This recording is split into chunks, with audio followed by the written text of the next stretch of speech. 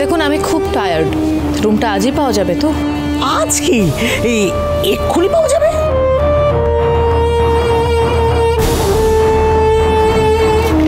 এসো, চলো তবে।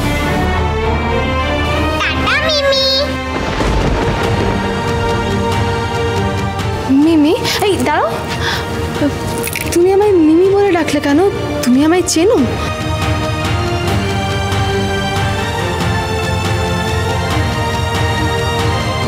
তোরে যেন কিছু বলে না দেয়। আমি তো সবাইকে চিনি।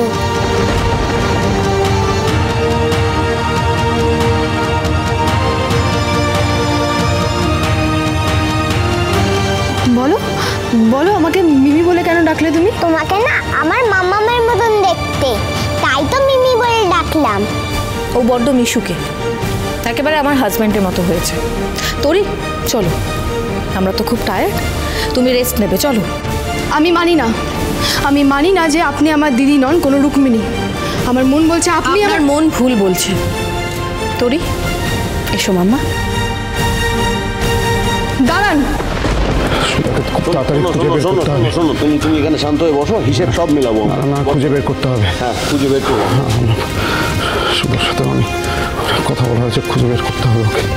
মা, আমার মনে হয় আর দেরি করা ঠিক হবে না, আমি বরং কালই ইশিকাকে খবর দিই।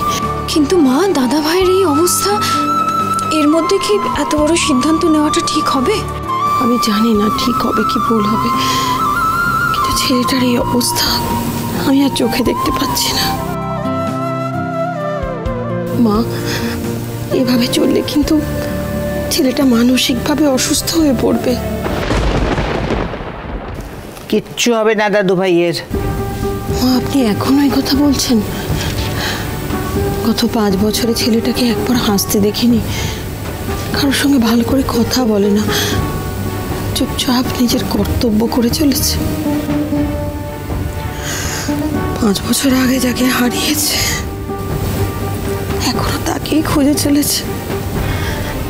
ওকে আমরা কি করে বোঝাবো মা?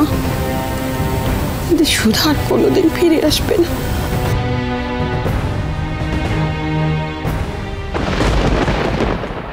আমিও ক্রিমিনাল লয়ার, কোনটা ঠিক কোনটা ভুল সেটা ঠিক খুঁজে বের করব।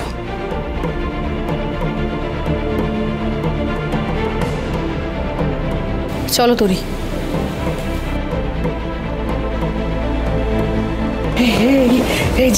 ঝিনুক একদম হুবহু দেখতে সুধার মতো, মানে এতটা মিল কারোর সঙ্গে কি করে হতে পারে বল না, কি করে হতে? এই ছোট শোন, এই আমাদের সুধার সঙ্গে না একদম হুবহু মিল পাচ্ছি, মানে তো পারে দিদি ভাই, দেখতে হতেই পারে। বলে তো পৃথিবীতে নাকি একই রকম দেখতে অনেকগুলো লোক থাকে। এই কথাটা কাকি একদম ঠিক বলেছে।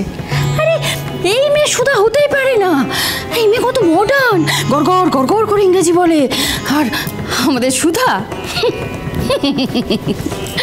আমাদের সুধা তো একেবারে বেহেনজি টাইপ। সেই মন ম্যাডাম বলতো না ওকে বেহেনজি।